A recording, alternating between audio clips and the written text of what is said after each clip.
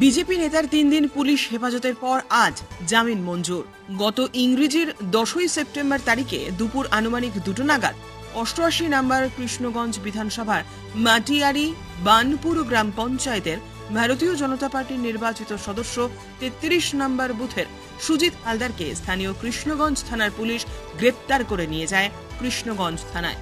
পরবর্তীতে খোঁজ খবর নিয়ে জানা যায় যে দেশের সর্বোচ্চ আদালতের বিচারপতিকে বর্তমান পরিস্থিতি এবং আরজি করের চিকিৎসকদের কাজে ফেরা প্রসঙ্গে এবং পশ্চিমবঙ্গের সার্বিক আইন ব্যবস্থার অবনতির জন্য তিনি কিছু নির্দেশ দেন। এই পরিপ্রেক্ষিতে সুজিতবাবু ফেসবুক থেকে একটি সংগৃহীত পোস্ট শেয়ার করেন।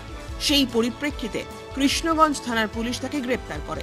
চিফ জুডিশিয়াল ম্যাজিস্ট্রেট নদিয়ার কৃষ্ণনগরে তোলা হয় সুজিতবাবুকে।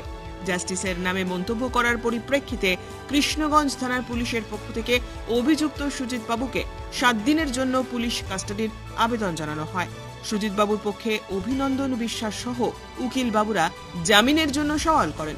দীর্ঘক্ষণ সওয়াল জবাবের পর মাননীয় chief judicial magistrate Nadia Krishnanagar 3 দিনের জন্য পুলিশ কাস্টাডির আবেদন মঞ্জুর করেন। 14ই সেপ্টেম্বরে তাকে পুনরায় আদালতে প্রেরণ করার জন্য ডিরেকশন দেওয়া হয়। আজ সুজিতবাবুকে আদালতে তোলা হলে বিচারক শর্ত সাপেক্ষে তার জামিন মঞ্জুর করেন। স্থানীয় বিজেপি নেতা অমিত কুমার প্রামাণিক বলেন, রাজনীতির শিকার হয়েছেন সুজিতবাবু। তিনি আক্ষেপের সুরে বলেন, যারা জাস্টিস সম্পর্কে বিভিন্ন মতামত পোষণ করেছেন এবং ফেসবুকে দিয়েছেন, তাদেরকে যদি গ্রেপ্তার করা হতো তাহলে এদের কোনো কিছু বলার থাকতো না।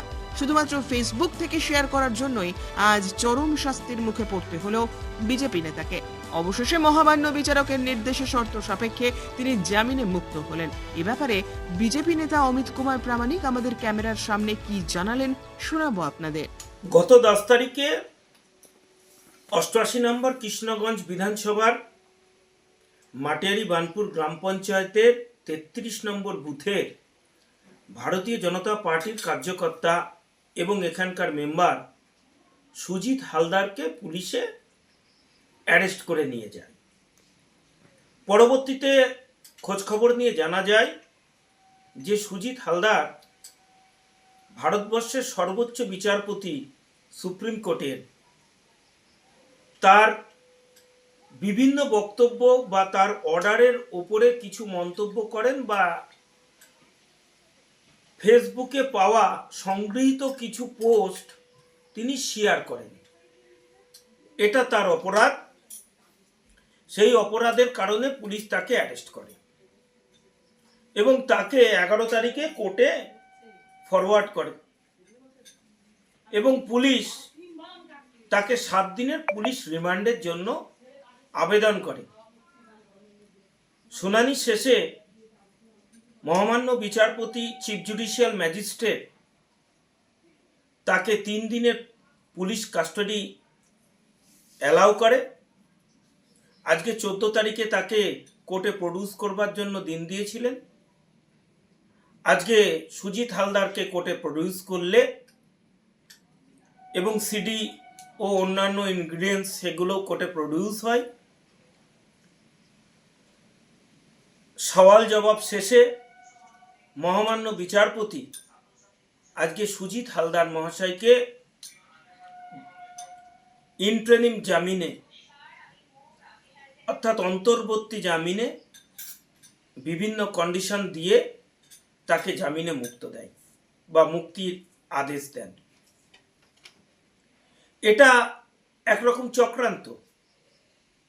সরকারের অনেকটা এইরকম মাছ না পেয়ে ছিপে কামড় দেওয়ার মতো অবস্থায় চলছে।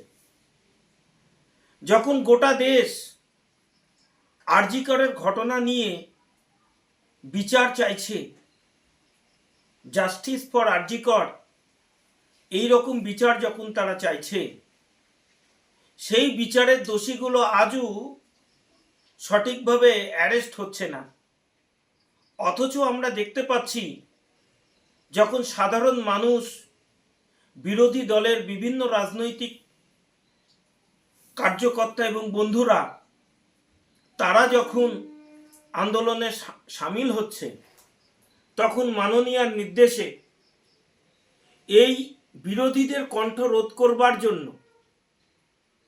পুলিশ প্রশাসনের মাধ্যমে বিভিন্ন রকমভাবে মিথ্যা মামলা দিয়ে আজকে বিরোধীদেরকে আটকাবার চেষ্টা করছে এবং আন্দোলনকে স্থিমিত করবার একটা প্রয়াস চালাচ্ছে সরকার। বিচার ব্যবস্থা আজকে শক্ত এবং সঠিক আছে বলেই গণতন্ত্র এখনো টিকে আছে। তাই বিচার ব্যবস্থার উপরে আমাদের সম্পূর্ণ ভরসা আছে। তাই গণতন্ত্র আছে বলেই মানুষ গণতন্ত্রের জন্যই আজকে সমস্ত রকম প্রতিবাদে সামিল। ব্যুরো রিপোর্ট, উত্তরের প্রহরী।